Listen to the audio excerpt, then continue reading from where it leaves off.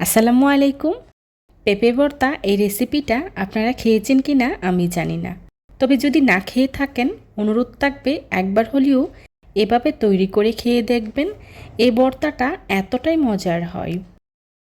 যেদিন আমার বাসায় এই ভর্তাটা তৈরি করা হয় সেদিন কিন্তু পাতিলের ভাত ডাবল করে রান্না করতে হয়। গরম গরম ধোয়া ওঠা ভাতের সাথে এই ভর্তাটা খেতে কতটা যে মজার হয় সেটা বলে বোঝানো যাবে না। সেটা কিন্তু শুধু খেয়েই উপলব্ধি করতে হবে।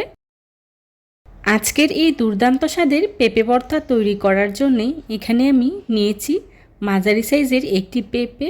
আপনারা আপনাদের পছন্দ অনুযায়ী নিতে পারেন। এবার অফ ক্যামেরায় পেঁপেটাকে আমি খুব ভালো করে খোসা ছাড়িয়ে ছোট ছোট টুকরো করে কেটে নিয়েছি।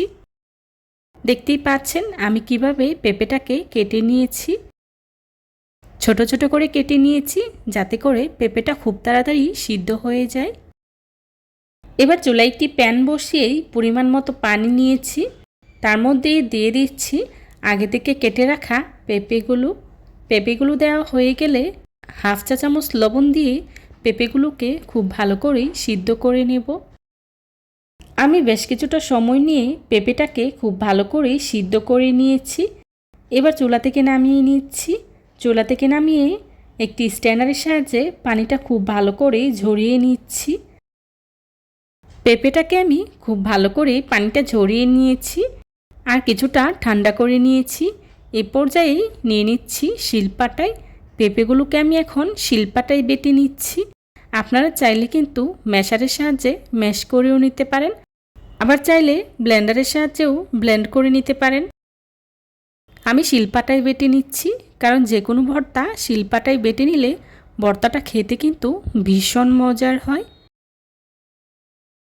আমি পেঁপেগুলোকে খুব ভালো করে মিহি করে বেটে নিয়েছি। দেখতেই পাচ্ছেন আমার পেঁপেগুলো বেটে নেওয়া হয়ে গিয়েছে। এ পর্যায়ে আমি একটি বাটিতে তুলে নিচ্ছি। এবার আমরা পরবর্তী স্টেপে চলে যাচ্ছি। আজকের পেঁপে ভর্তা তৈরি করার জন্যে চুলায় একটি প্যান বসিয়ে তার মধ্যে দিয়ে দিচ্ছি সরিষার তেল 3 টেবিল চামচ। আপনারা চাইলে সয়াবিন তেলটাও ব্যবহার করতে পারবেন। তেলটা হালকা গরম হয়ে আসলেই দিয়ে দিচ্ছি পেঁয়াজ কুচি হাফ কাপ, রসুন কুচি 2 টেবিল চামচ আর দিয়ে দিচ্ছি শুকনো মরিচ 2টি। এখানে আমি শুকনো মরিচটাকে ছোট ছোট টুকরো করে কেটে ব্যবহার করেছি। এবার সবগুলোকে আমি একসাথে খুব ভালো করে ভেজে নেব। এই ভর্তাটা এতটাই মজার হয় যে গরম ভাতের সাথে হলে আর কোনো পদের দরকার হয় না। পেঁয়াজ রসুনটাকে আমি বেশ কিছুটা সময় নিয়ে খুব ভালো করেই ভেজে নিয়েছি।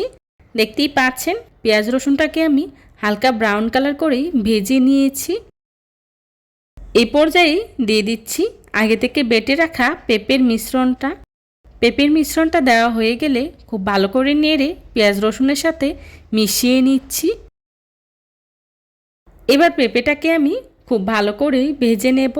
পানিটা পুরোপুরি শুকিয়ে আসা পর্যন্ত অনবরত নেড়ে চেড়ে এভাবে ভেজে নিতে হবে। পেঁপে থেকে সম্পূর্ণ পানিটা শুষে না নেওয়া পর্যন্ত এভাবে অনবরত নেড়ে চেড়ে ভেজে নিতে হবে। আমি যেভাবে ভর্তাটা তৈরি করছি এভাবে যদি আপনারা ভর্তাটা তৈরি করেন তাহলে বিশ্বাস করেন এর টেস্ট মুখে লেগে থাকবে। এর টেস্ট আপনারা কখনো ভুলতে পারবেন না। এটা খেতে এতটা মজার হয়।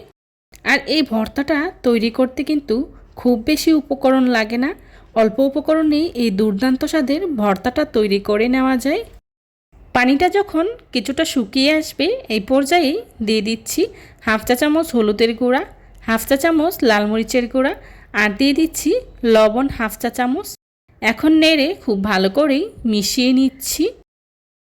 মেশানো হয়ে গেলে এভাবেই অনবরত নেড়ে চেড়ে আরও বেশ কিছুটা সময় নিয়ে খুব ভালো করে ভেজে নেব। ভর্তাটাকে আমি বেশ কিছুটা সময় নিয়ে খুব ভালো করেই ভেজে নিয়েছি। দেখতেই পাচ্ছেন ভর্তাটা কিন্তু অনেকটাই পানিটা শুকিয়ে এসেছে। এই পর্যায়ে দিয়ে দিচ্ছি কিছুটা ধনিয়া পাতা কুচি। ধনিয়া পাতা কুচিটা অবশ্যই দেওয়ার চেষ্টা করবেন। ধনিয়া পাতা এই ভর্তার টেস্টকে অনেক গুণ বাড়িয়ে দেয়। এখন নেড়ে খুব ভালো করে মিশিয়ে নিচ্ছি। ধনিয়া পাতা দিয়েই 1 মিনিটের মতো রান্না করেই চুলা থেকে নামিয়ে নেব। তৈরি হয়ে গেল আমার মজাদার দুর্দান্ত স্বাদের পেঁপে ভর্তা। এবার চুলা থেকে নামিয়ে একটি সার্ভিং ডিশে সার্ভ করে নিচ্ছি। যারা এতক্ষণ ধৈর্য সহকারে আমার ভিডিওটি দেখেছেন তাদেরকে জানাই অসংখ্য ধন্যবাদ। দেখুন ভর্তাটা দেখতে কতটা লোভনীয় হয়েছে আর খেতেও কিন্তু ভীষণ মজার হয়েছিল। গরম গরম ধোয়া ওঠা ভাতের সাথে এই ভর্তা হলে আমার কিন্তু আর কিছুই লাগে না। আমার আজকের এই রেসিপিটি যদি আপনাদের কাছে ভালো লেগে থাকে তাহলে অবশ্যই লাইক কমেন্ট শেয়ার করতে ভুলবেন না। আপনাদের একটি লাইক এবং একটি কমেন্টস আমাদেরকে নতুন নতুন কন্টেন্ট তৈরি করতে অনেক উৎসাহিত করে।